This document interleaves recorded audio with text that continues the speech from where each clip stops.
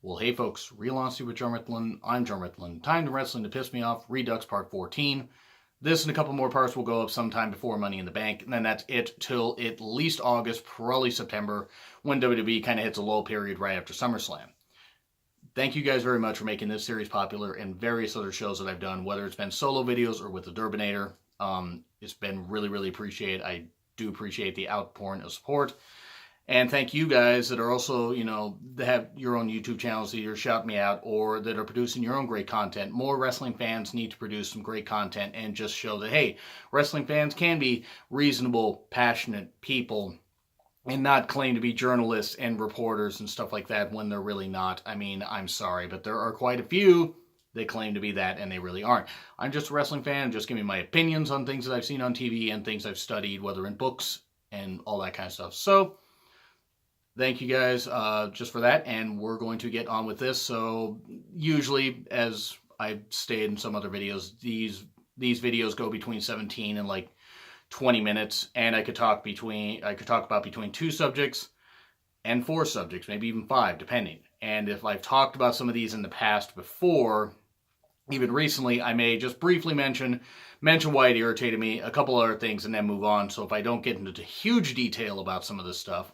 like stuff about Russo, it's because I've ranted about Vince Russo and the, piece of trash that he is. So, moving on. Monty Brown not being NWA champion. Shout out to Black Fox with 2 X's on YouTube. I believe it's Black Fox 86. They did send me this, and it was in a comment a few weeks ago, maybe even a month ago. Forgive me, I do get quite a few comments and tend to forget exactly the time frame that I get these. But I'm glad that they mentioned this, because it was irritating. Now, they were building Monty Brown up big. Like, he had caught fire, I think, from 2003. I think in 2003, he came to NWA-TNA. And he rose up the ranks pretty damn quickly. Feuded with D'Lo Brown. He had some pretty good matches. They had just recently started doing 3-hour pay-per-views, because they had been on pay-per-view for in a weekly series before they got on Fox Sports Net. And Monty was rising up really quickly. Like, he suddenly just caught fire. Like, he was super over. Really, the WWE dropped the ball on him big time, but also I think he left to take care of his sister's kids and was also a personal trainer. So kudos to him. I mean, and great that he did that kind of stuff, if that stuff turned out to be true. Shame they didn't use him better, but I don't think he ever would have been world champion. But Monty Brown should have been the NWA-TNA champion at least once. And the reason he wasn't is because of Jeff Jarrett's reign of terror. This match took place, if I remember right, it was shortly after Victory Road, 2004. It might have even been right after Turning Point 2004. So Jeff Jarrett had retained the title and stuff like that, and they had this thing going where, like, okay, Monty Brown was facing Jeff Jarrett in a Fox Sports Net taped show, and should have been NWA champion. And they booked this thing like crazy, but it was almost old school, like territorial, the way he was getting hit with weapons, but he would just not sell them, and he would take multiple weapon shots, but still couldn't beat Jarrett. And then finally, I think it was like after after a few guitar shots, like because he no-sold one. And I'm trying to remember this because I haven't seen the match for a while. But it took multiple stuff, but it was overly gimmicky, it was overly ridiculous, and Monty, who should have won, because he came out looking like a monster, until he just suddenly got beat, and then boom, and then that was it. And it took the energy out of the crowd, and it pretty much killed Monty Brown as far as a main event talent. I'm not saying that he should have been NWA champion forever, but he didn't even get a crack at the belt. And this is all about Jeff Jarrett having a reign of terror and this kind of stuff. And he had won it, I want to say, just at Slammiversary 2004. I mean, their second year anniversary and stuff like that, which wasn't actually a pay-per-view event. It was just one of those normal shows that they had right when they were getting on Fox Sports Net. But Jeff Jarrett had already been the champion for 5 or 6 months by that point, because that was June. So about 5 or 6 months. He could have taken this loss, gained the title back from Monty within 2 months, and at least then Monty could have been the champion.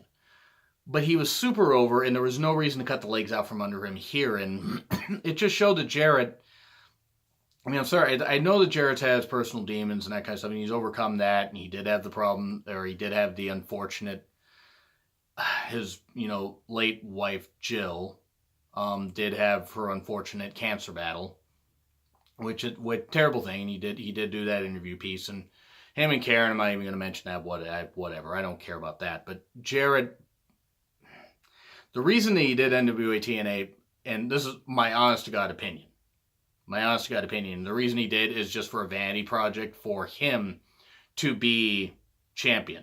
Because he was only world champion in WCW because Russo had a thing for him, but also because WCW, by that point, the world title meant nothing. With NWA-TNA, yeah, okay, he was one of the owners of it. I mean, his dad and a couple other people and that kind of stuff, but him and his dad mainly. And he had already been a multi-time champion by that point. Now, he wasn't champion until like November of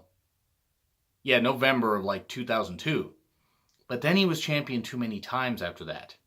And he would hold it for long times. And yes, he had some good feuds. I'm not here to argue with that, but killing Monty Brown's momentum really did irritate me. It soured me on Jeff Jarrett. He was never a great worker anyway. He was only we know why he was in the Hall of Fame, because they put him through their rehabilitation, their paid rehab program, which is good. I mean, I'm glad he's clean, and hopefully him and the company have made up and stuff like that. But with Monty Brown, he was gone from the company within 2 years of this. And actually, about 2 years of this. And you just think that they could have done so much more with the guy. If he had only been a one-time NWA champion, it would have been fine, but at least a couple months, because Jarrett didn't need to hold the damn title for nearly a year. You're telling me that AJ couldn't have beat Jeff Jarrett if Jeff Jarrett had, say, lost it in late December, like right after Turning Point, and had, and it might even been very early January, because the time frame gets a little muddy to me. He couldn't have lost it there, gained it back at either the February pay-per-view or even the March pay-per-view for a couple months and then dropped it to AJ. That wouldn't have been the same damn thing, because AJ could have said, finally I'm going to, beat Jeff Jarrett again, and I'm going to do it clean. I mean, even though Tito Ortiz interfered. That's a whole nother thing. August 1 warning. That was absolute shit. Just Monty Brown. It's kind of going off on a bit of a tangent here, because I'm thinking of all the talents and the TNA, Impact Wrestling now, but it was TNA back then, could have done. They could have done a whole lot better with. And with Jarrett, it was just obviously such politicking that it wasn't really by that point it wasn't making stars, because Jarrett really couldn't. He was never great in the ring, but he could always go pretty well. I mean, him and Michaels had a really, really good match in one of the last. I believe the last pay-per-view match that Jarrett had in that first run with WWE at that In Your House in July. Damn good match, by the way. But by this point, because that was 1995, so this is late 2004, early 2005. And Jarrett just wasn't the performer that he was. And yeah, there was backstage stuff and the stuff with, like I said, his wife Jill. And I'm not gonna say that I'm not gonna push that to the side or say that wasn't important. But he should have done the right thing and put Monty Brown over, and he didn't. And it pretty much killed Monty Brown dead, and that tended to bother me quite a damn bit. So now we move on to the NWO burying the WCW roster. NWO in its heyday, by the way. But you could go to the NWO in 99, 2000, that kind of stuff, and they were still burying people. You got to think about when the NWO was formed. I mean, you look back when Hall and Nash were part of the company. It just come in. You had Hall come in. You people, you know who I am, but you don't know why I'm here. And then Nash showing up a couple weeks later. And then then doing the whole outsider thing, and Hogan joining them at Bash at the Beach, July 7th, 1996. One of the best pay-per-views that WCW had ever put on.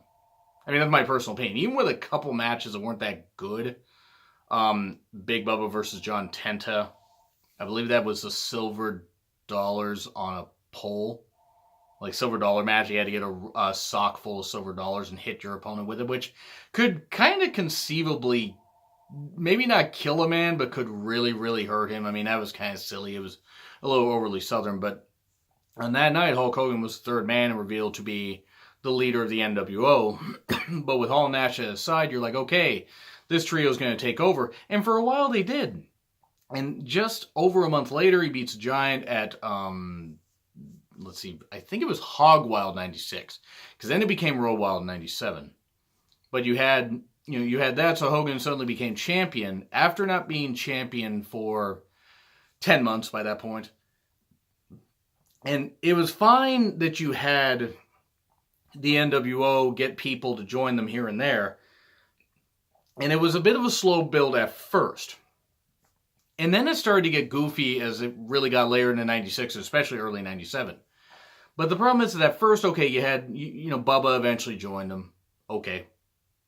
Then you had the Giant, Big Show, later. After losing to Hogan, like a few weeks later, suddenly joins the NWO.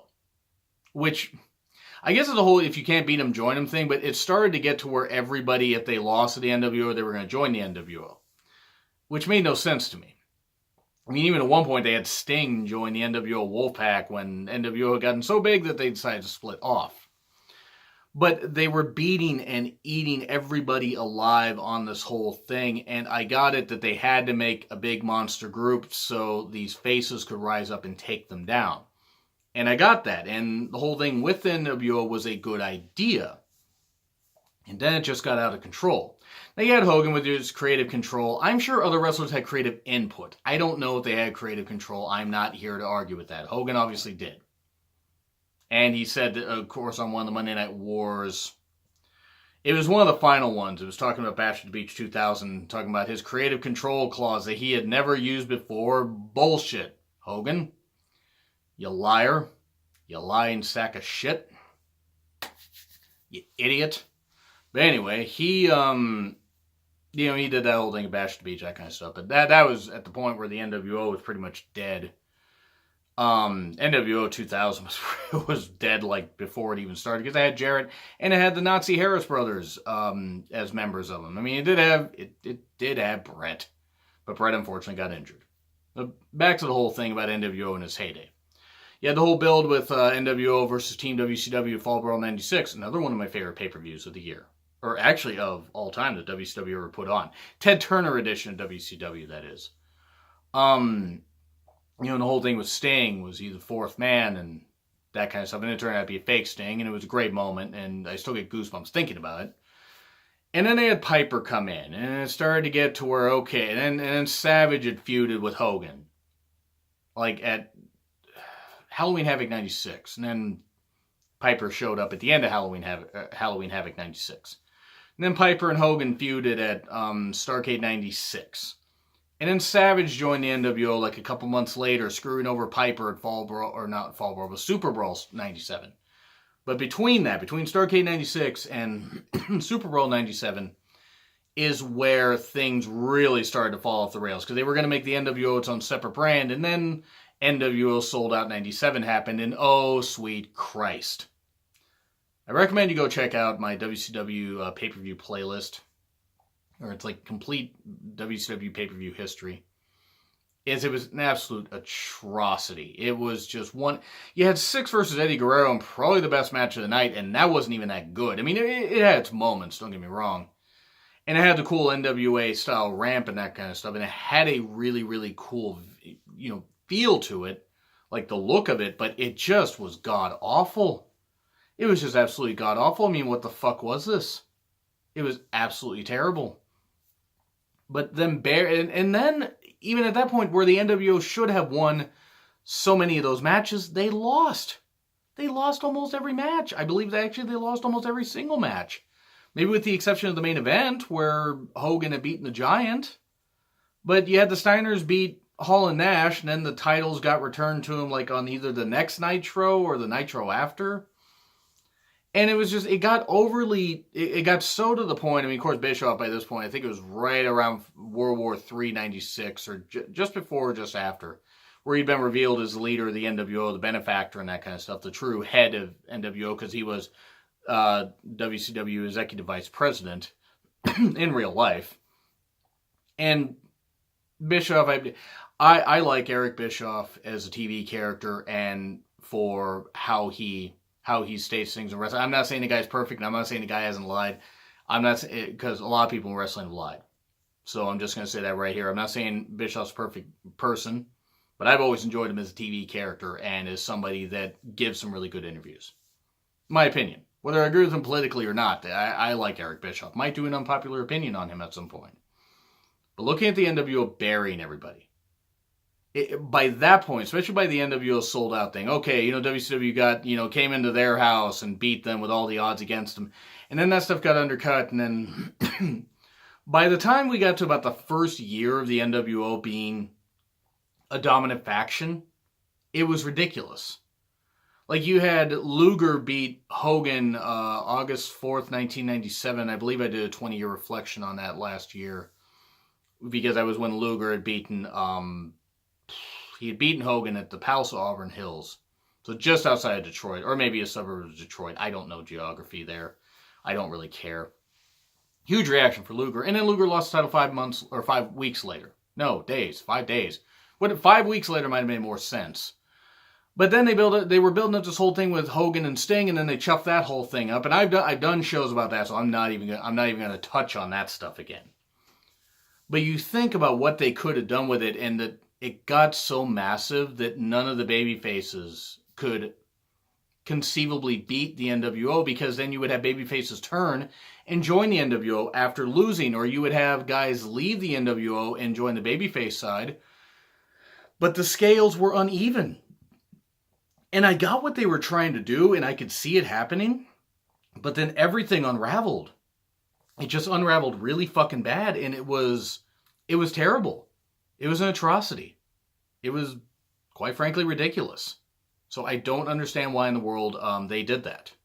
I just don't, because I got what they were trying to do, but at the point that it got to where WCW was so down, and the NWO was so up, well, who the hell are the fans going to cheer for after a while? If you keep telling them that these guys that are all the way down here on the goddamn floor are worse than these guys that you got up here, and you don't even have things sort of even, you don't even have it to where it's like that, there's no point. There's no point. If like guys are up here and then guys are down here, or even way down here, you're not making the scales even, and you're not making it to where it's compelling television. Because then the fans, while they may tune in, they also tune out. Like, the TV may be on, you may be getting your ratings, but if you're not getting good feedback because you keep doing the same damn things, what's the goddamn point? So that's where I'm going to leave that off. 2 topics. I cannot believe I talked about these 2 topics for so long, but let me know in the comments what topics you would like me to talk about. Let me know. I have plenty more things to discuss and everything. And we'll see where the series goes. But anyway, like, share, comment, subscribe. Twitter link in the description. It's been Real Honesty with John Ritlin. I'm John Ritlin, and I will see you soon.